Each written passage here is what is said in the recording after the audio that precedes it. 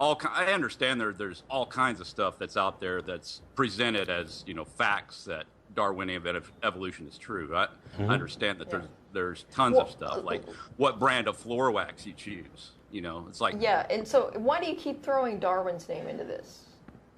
Well, I mean, it's just a kind of a handy label, I guess. What would you prefer? It's an incorrect label because the theory has what changed. would you prefer? The theory has changed significantly since Charles Darwin proposed the Neo-Darwin? model. Okay, It's just evolution. It's just evolution. Evolution. Okay. Theory of evolution. Let's say evolution. Okay, it happened, and let's say Yes. I'm a doubting Thomas type, and Okay. I believe in it's an extraordinary claim. It's an extraordinary claim to state that, new information gets into the genome through a purely random process, and I want to see proof. I want to stick my hands on the side. I want to put my hands in the nail. What would you suggest to me at that point? Well, I'd start off at many of the websites that are devoted to teaching evolution in simple terms. Princeton's got the philosophy one. It's Berkeley.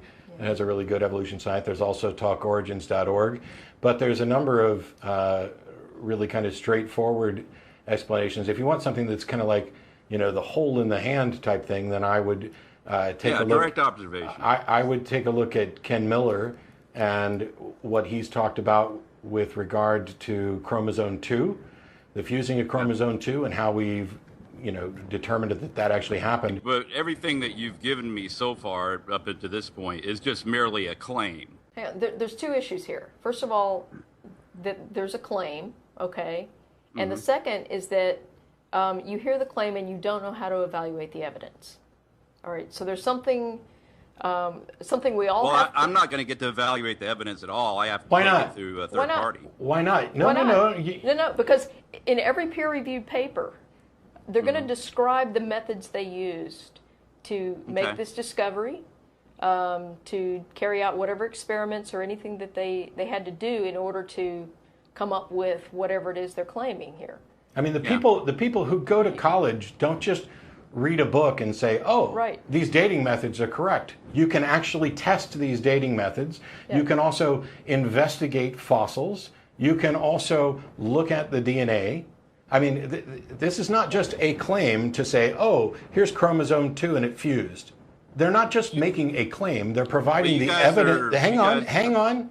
They're providing the evidence and their methodology for examining and why they reached this particular conclusion. What I'm trying to get at here is that everything that you provided me is some sort of a claim. Oh my God. Hang up on this jackass right now. Yeah.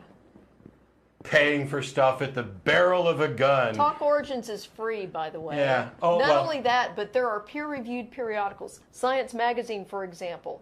Anything over a year old is free to access. Those are peer-reviewed papers. They describe the methodology. Anybody can replicate them. Okay, so you don't have the relevant education or experience to do it. You can get those. But it's all just claims, Jen. I know. Yeah, until you actually go out and that's why when the atheists get your PhD and replicate the work, and then it's not just a claim anymore. That's a comforting little delusion you've constructed there, Chris. But if you don't have the fucking chops to go get your PhD and actually do the work, then shut up.